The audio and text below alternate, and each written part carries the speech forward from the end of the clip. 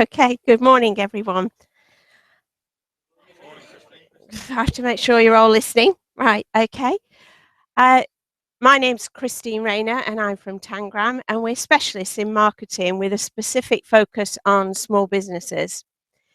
So I sent out an email earlier on this week just to tell people that I plan to talk about social media today and invite in any questions.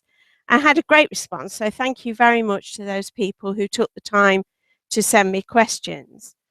I've circulated some information, and initially I was going to do a PowerPoint or similar presentation, but actually I decided that you could read these facts for yourself. And it is interesting, I think you'll find. The growth in social media is astounding.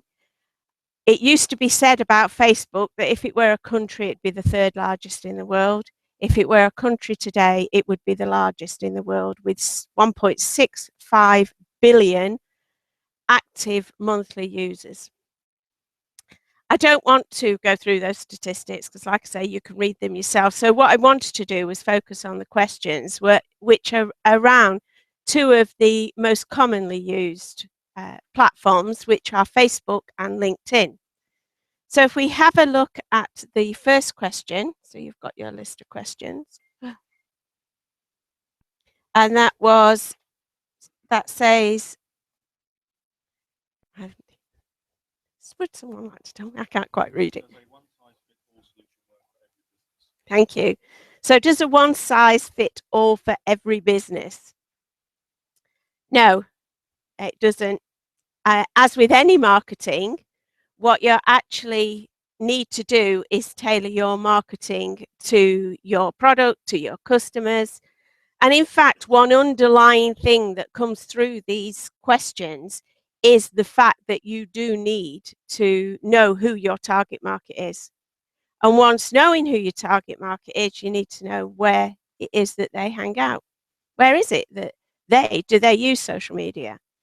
Now, you could go down the route of identifying specific companies that fit into your target market and then researching them in whichever platform. So business to business would be LinkedIn, and just seeing who it is who is on LinkedIn and what they're actively doing.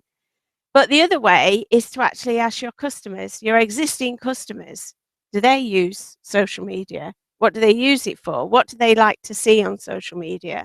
And that gives you a clue of where you need to put your marketing effort. The second question was about groups on LinkedIn, and which groups should you join, and what do you do once you've joined the group? Right, so again, it's back to understanding your target market. But it's much more when you're looking at a group on LinkedIn, what you've got to look at is what do you want from that group? Now, I know the bottom line is we want business, but what is it you want that group to do? Do you want to join a group of potential customers? If you do, you have to be really careful about that. Some closed groups won't let anybody who is seen to be purely sales join their groups because they run their groups pretty much like we run this club. You know, that it is a collaboration, that it is a sharing of information. It's not just about someone coming in selling to the group. Or do you want to join a group that are potential influencers? Much the same as this group. So that's the first thing you need to think about. So having thought that through, you could search for groups on particular topics. And it was Brian's question, and he'd been invited a few times to join groups. So if you think about the person who invited you, do you trust them? Do you think that they're inviting you because they want to sell to you?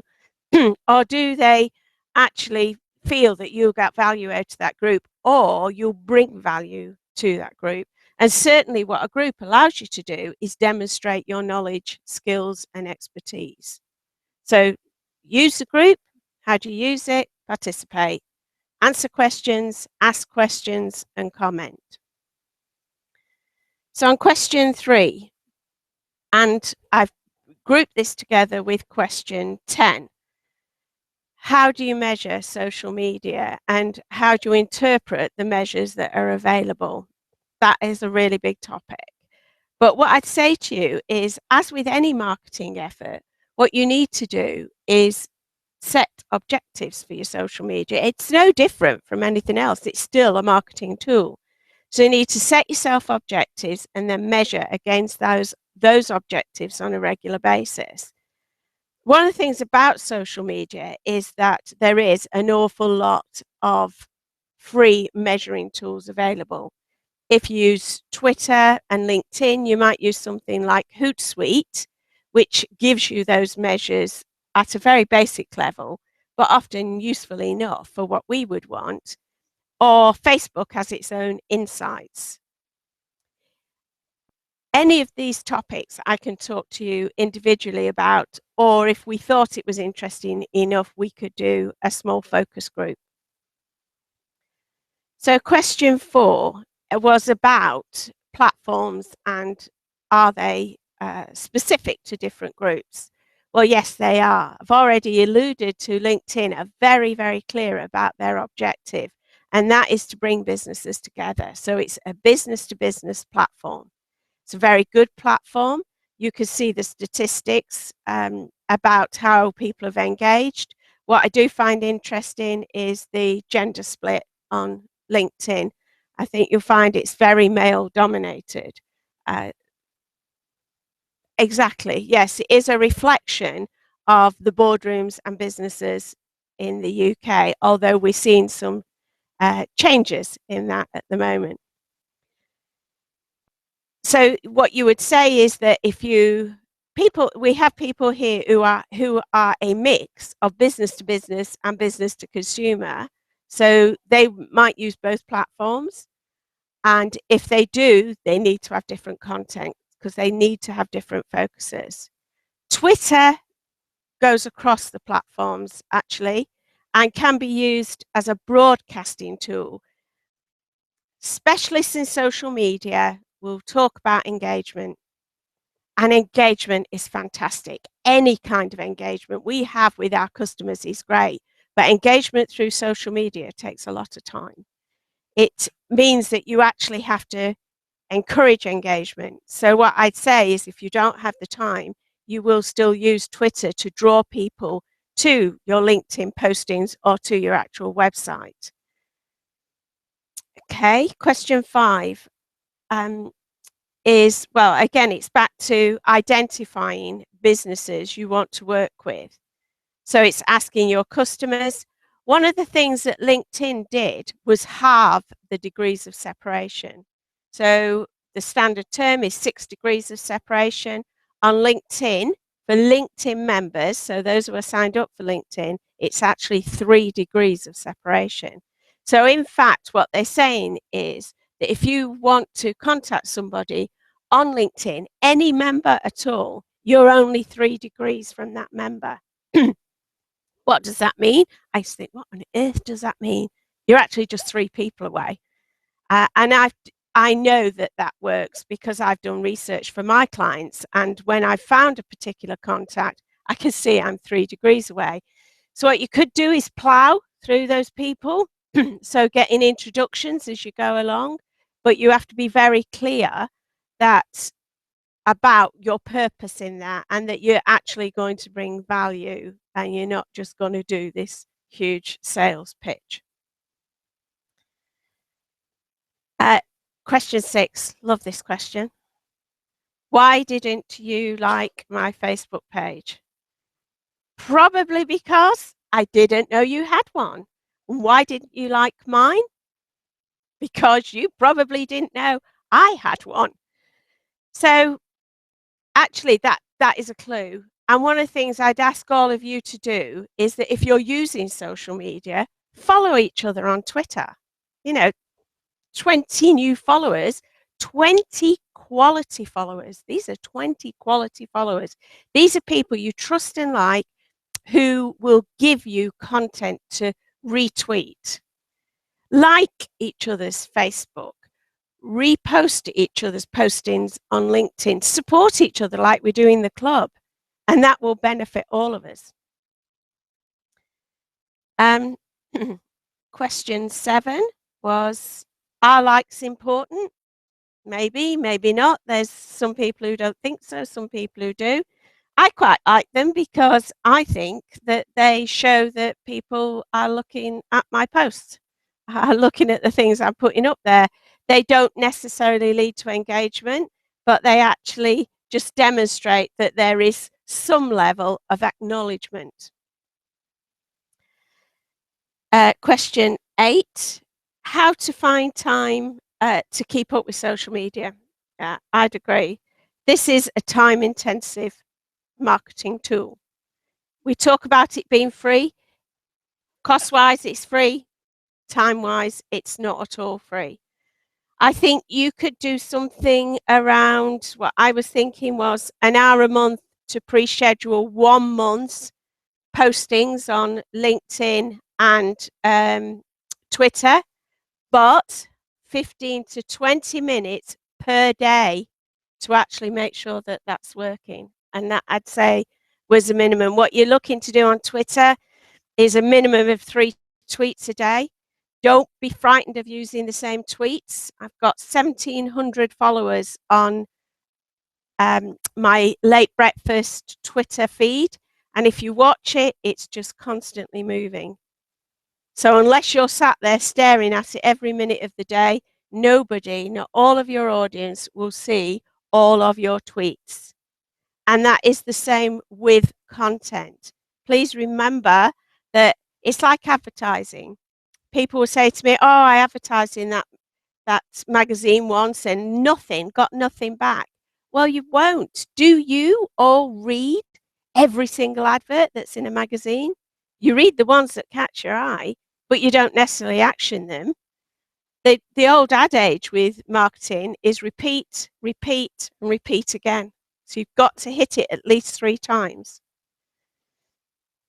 Where am I up to? So question 9. Which platforms? Well, we've talked about that. You know, the platforms, LinkedIn, business to business, Facebook, business to consumer, Twitter, across the top. If you're a very visual, if you have a very visual product, then you need to be looking at one of the other platforms. And the market leader at the moment is Instagram. Again, it's back to target markets. If you look at the demographics there, you'll see that there is a split between the age groups on the different platforms. So I finished off the power of social media. I think we're kind of all aware of that. But on Brexit, it was very interesting that I pulled a quote there that was just prior to the vote, which showed that the Brexit campaigners were far more effective on social media than their opponents. That's quite interesting.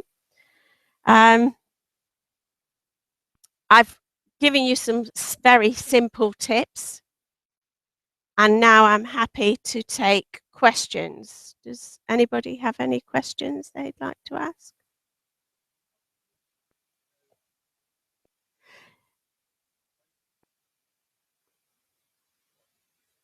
Yeah.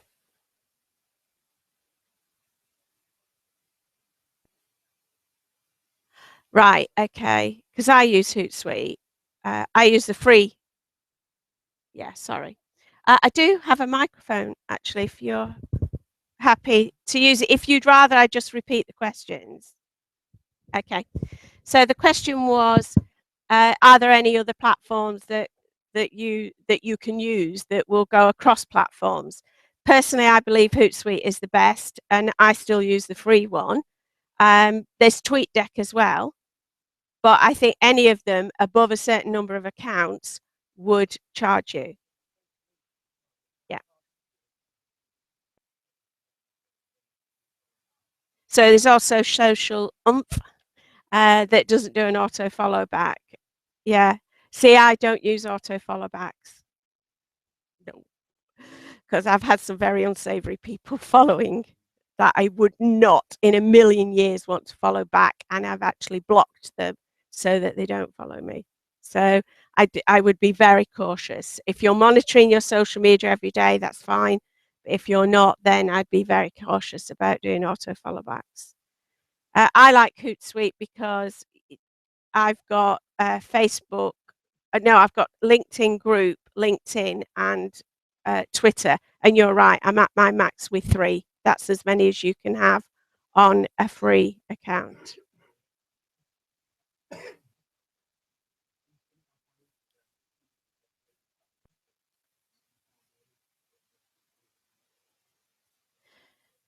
Yeah, it's market forces for them. That's where their market they see has been created the greatest growth. So they've gone down that route because it makes it simple for them. And as a free tool, they've got to do the thing that works best for them, I suppose. But there are Pinterest, weddings, really big for weddings. Look at the stats. They give out so much stats. I had to do 2 pages on them. Um, if you're looking, it depends again, it's back to your target market. Sorry, Jill, you, yeah. It was just interesting you talk about Instagram. Yep. My product is a very visual one. Yeah. And I had an Instagram account that I couldn't get on with it. But I wouldn't have thought that my business would have done well on Instagram because to me Instagram users are young kids. Am I wrong then? I didn't think that business people or the people that I would try to target would actually be Instagram members. But your business to consumer, I might agree about Instagram. Look at Pinterest because that's where weddings, therefore honeymoons, so something with travel, which is your business, then that might be a bit more interesting. Certainly, it's massive for weddings, absolutely massive.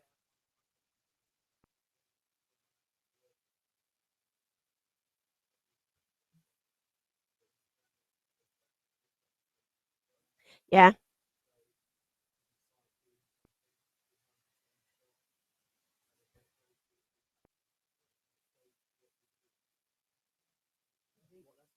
yeah,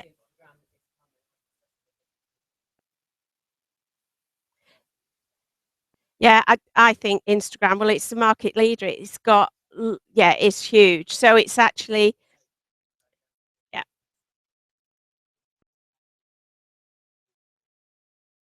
Yes, there's definitely with Instagram, there's definitely a benefit in the linking across the platforms, and like I say, it is a market leader, and I think it's being more and more recognised. You're right for business use, and I got an email. Well, no, I didn't. I got a message through Facebook Messenger. They hit their 1 billion today. 1 billion. They were 800 million when I was doing this, which would have been earlier on this year. That's massive, absolutely massive. Any more questions? Yeah, Tony.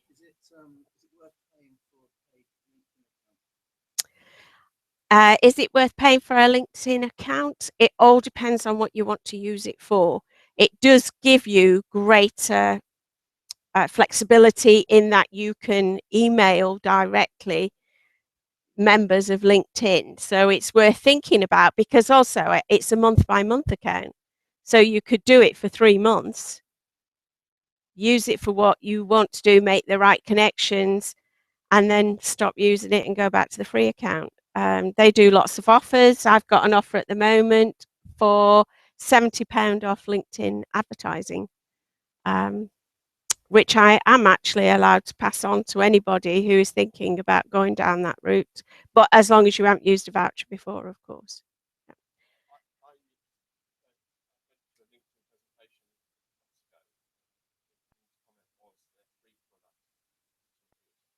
Yes, I'd agree.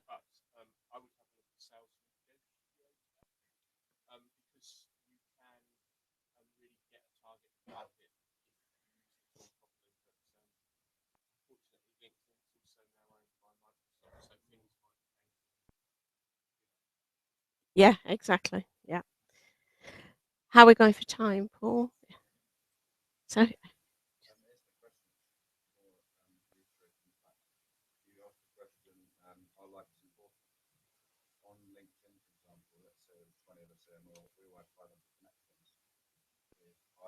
let's say we were all linked together. If I was to like something and we all like something that you put on, that would mean that 10,000 people would sit on the news. Yes. Yeah. That's Just yeah. Yeah, that's excellent. Yeah. So that shows you the power that if all of us, there's about 18, 20 people here today, if we all liked something on LinkedIn, then potentially the mushroom effect is massive. So that's the power of it. And I think that using it sensibly. Also, someone asked how many platforms, I think Tony asked for that, do you think a business should use? I'd say it's got to fit in with your strategic marketing plan. That will tell you which platforms to use, but also it's better to do a few well than spread yourself across lots and do them poorly. So it's better to be focused than scattered. Yeah, Andy? Yes?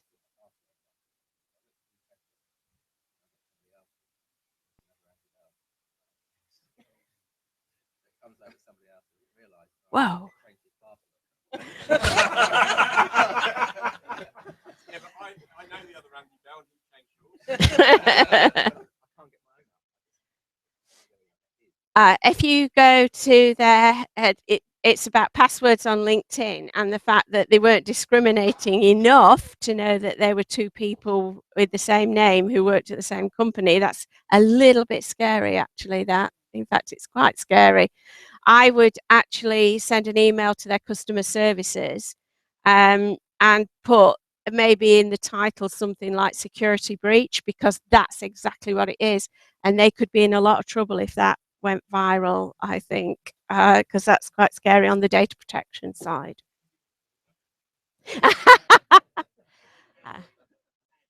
That is one final thing I'll leave you with, and I know Dave will reiterate this because he has been talking about it.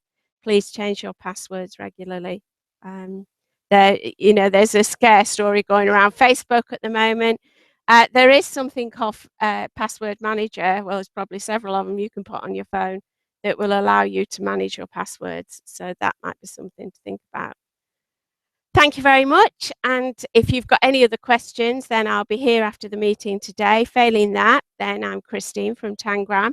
And I specialise in working with small businesses to maximise their marketing budget and therefore get more business. Thank you.